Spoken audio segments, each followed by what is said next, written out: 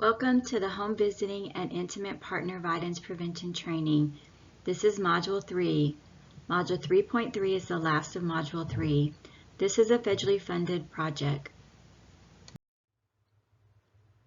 The overall goals of the project for home visiting programs: improve confidence in using motivational interviewing, screen for intimate partner violence, make appropriate referrals, increase knowledge and skills on motivational interviewing and working with intimate partner violence. The Hawaii Core State Violence and Injury Prevention Program, in partnership with your Ohana Home Visiting,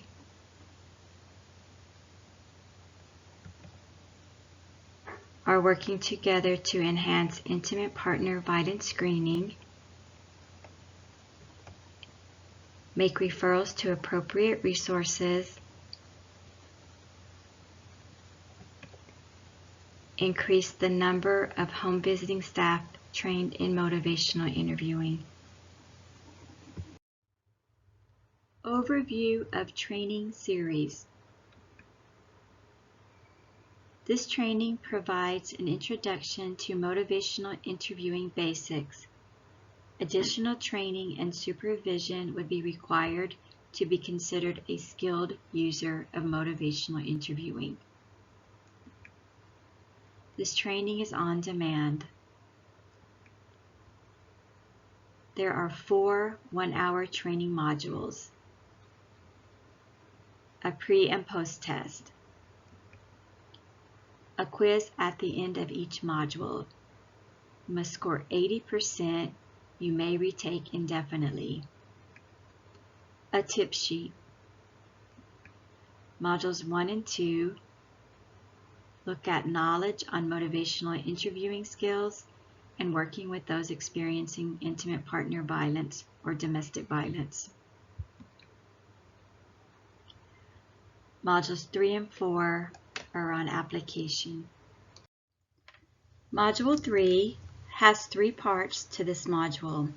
There's a 3.1, a 3.2, a 3.3, and each module is around 15 minutes.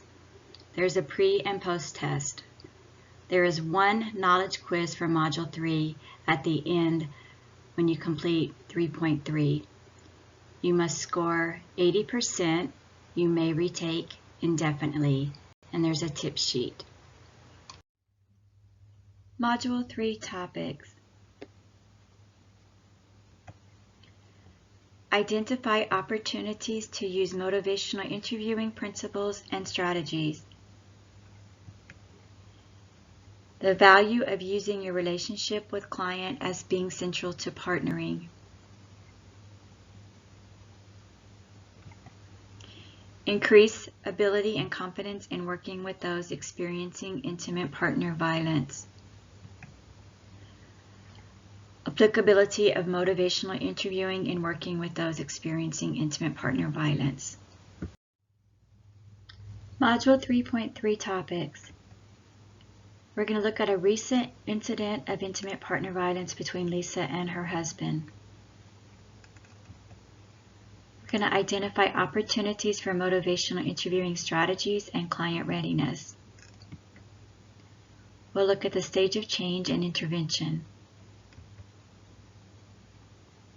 We'll look at change talk and the use of decisional balance. Making a referral for intimate partner violence. Monica and Lisa, a recent incident. Hi, it's good to see you. How have you been? Okay, I guess. I notice it seems like something is on your mind. I just don't know. We were good for several weeks, and then it just exploded.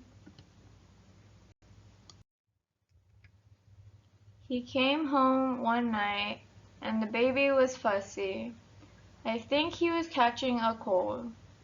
I told him he was more clinging and crying. He told me I didn't know anything about taking care of a baby and that he should just take him and leave to go stay with his mother because she could do a better job. I got really freaked out and I told him there was no way he was going to take our son. He threw a plate and called me names. He told me I was not mommy material and he and his mother could do a much better job raising our son. I begged him not to take him. He told me I was a sorry excuse for a wife. I put the baby in the crib so we could try to talk. I was begging him to stop because I did not want the baby to hear us and the neighbors. What if they called 911? I did not want him to leave. He yelled, pushed me out of the way, and slammed the door. On the way out, he said he would call Child Welfare Services because I am a terrible mother, because I made our baby sick. I tried to make it okay.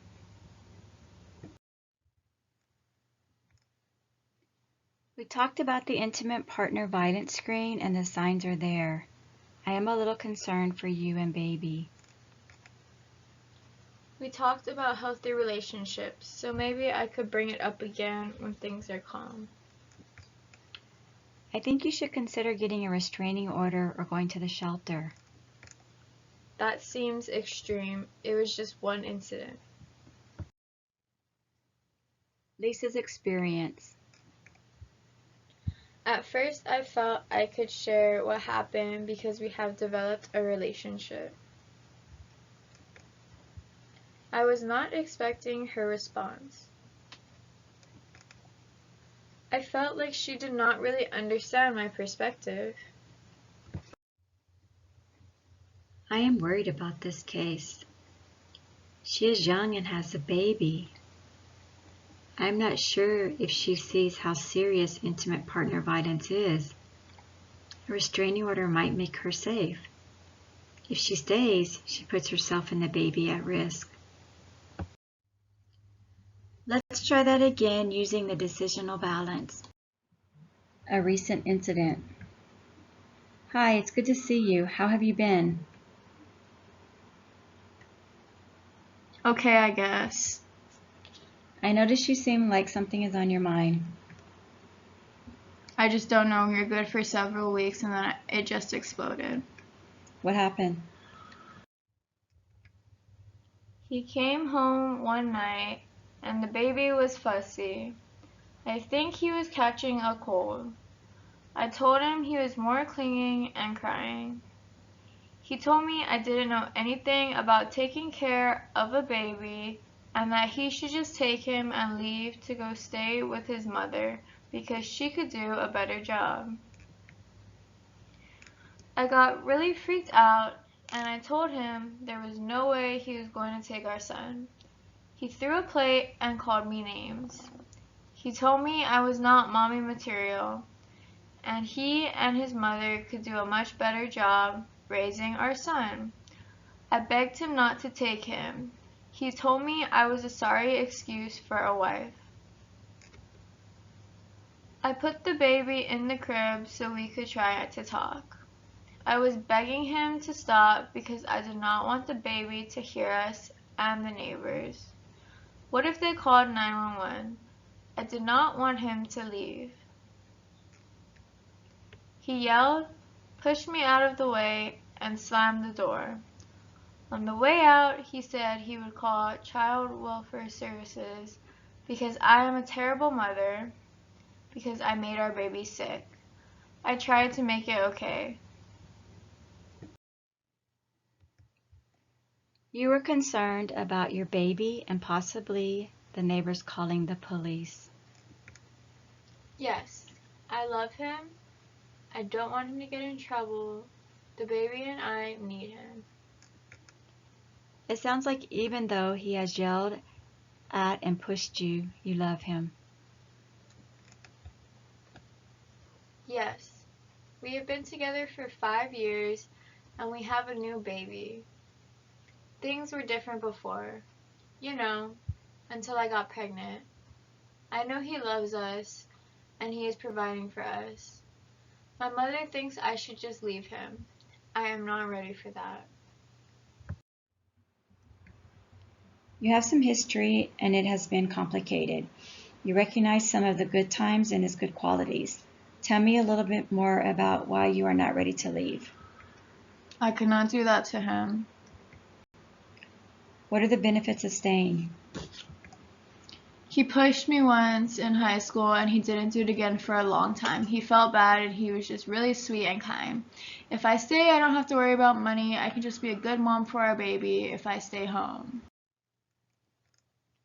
So now that he pushed you again, things will be good again and it's better financially. Is there anything else? I don't think so. Are there any disadvantages to staying? I guess it could get worse next time. It may sound a little off, but I think staying is better for me than leaving. On one side, financially, you would not have to worry and you can stay at home with baby. On the other hand, it could get worse. Right now, you are okay taking that risk. Where does this leave you right now? I am not sure right now. Sometimes I do wish I could leave.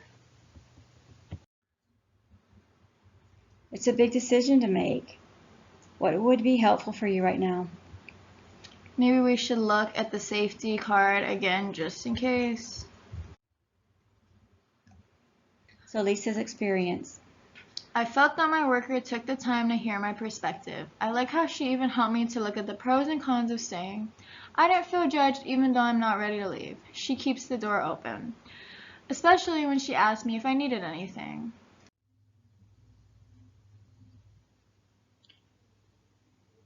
She shared more. Using the decisional balance, Lisa was able to look at the advantages and disadvantages of the abuse, and she engaged in change talk. I think taking time to learn about her experience and timing was helpful in this visit. She was able to start thinking about her safety. I recognize that intimate partner violence is difficult and she may go back and forth. She is open to looking at things she can do about her safety, which is good. We are going to look at readiness again and identify the stage of change that Lisa is in during this interaction with Monica.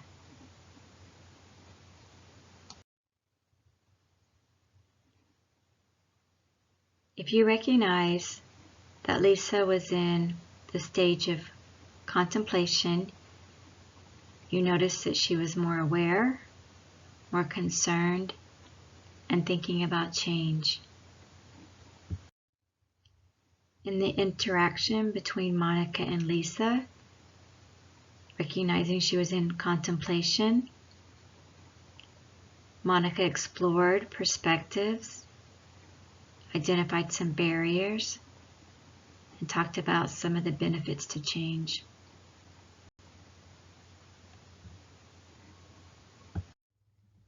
We're going to look at making a referral for intimate partner violence. Making a referral.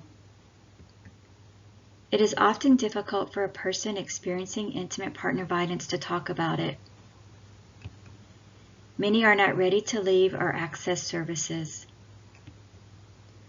Often, a home visitor is the first person that the client may share about the intimate partner violence.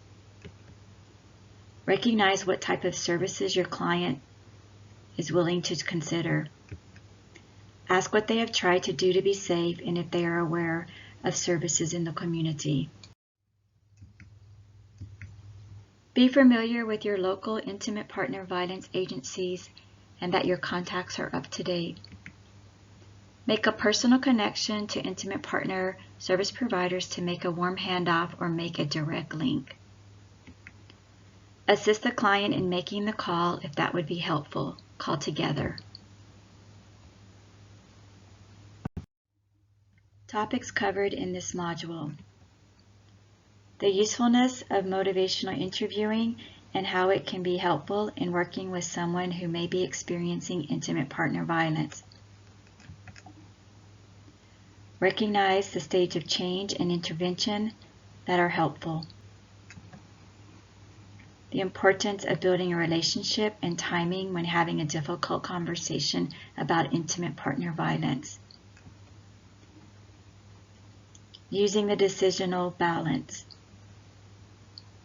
Providing and making referrals for intimate partner violence. Congratulations! You have completed Module 3.3. Complete your post-test. You will take the knowledge quiz now that you've completed all 3 modules. And there's the tip sheet.